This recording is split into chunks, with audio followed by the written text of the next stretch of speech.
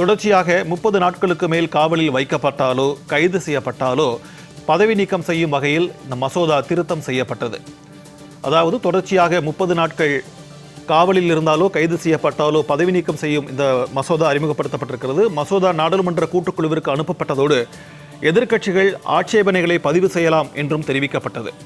இது தொடர்பான கூடுதல் விவரங்களை நமது சிறப்பு செய்தியாளர் யோகேஸ்வரன் தர கேட்கலாம். வணக்கம் யோகேஸ்வரன், இது தொடர்பான விரிவான தகவலை பதிவு பண்ணுங்க.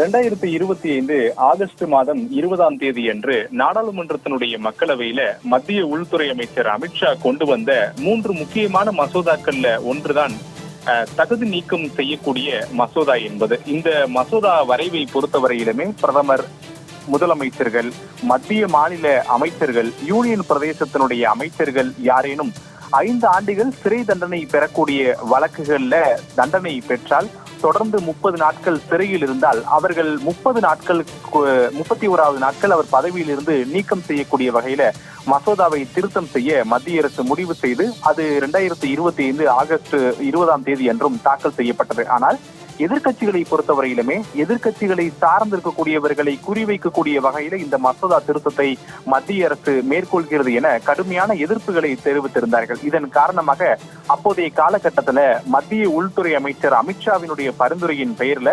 நாடாளுமன்றத்தினுடைய கூட்டுக்குழுவுக்கு இந்த மசோதா என்பது பரிந்துரை செய்யப்பட்டது. அதன் அடிப்படையில் நாடாளுமன்ற கூட்டுக்குழு என்பது கடந்த சில மாதங்களாகவே இந்த மசோதா குறித்தான பல தரப்பு கருத்துக்களையும் கேட்டு வந்த நிலையில ஜூலை மாதம் 20ஆம் தேதி நாடாளுமன்றத்துடைய மழைக்கால கூட்டத்தொடர் தொடங்கும் என எதிர்பார்க்கப்படும் நிலையில அன்றைய தினம் முதல் நாளே இந்த மசோதா குறித்தான அறிக்கையை நாடாளுமன்ற கூட்டுக்குழு நாடாளுமன்றத்தில் தாக்கல் செய்யக்கூடும் என எதிர்பார்க்கப்படுகிறது.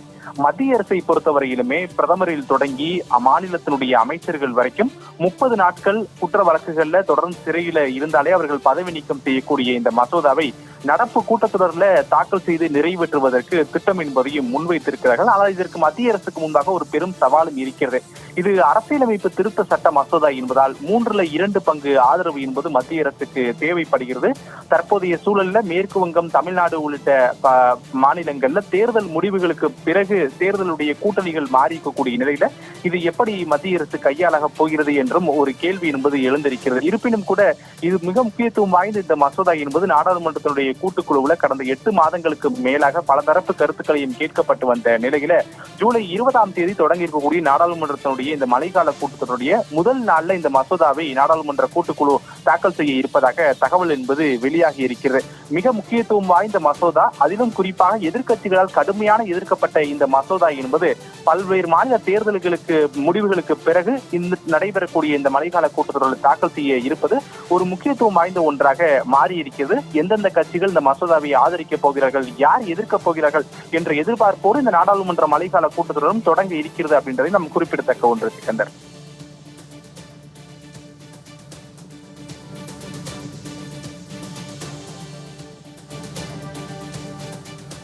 விரிவான தகவல்களுக்கு நன்றி யோகேஸ்வரன்.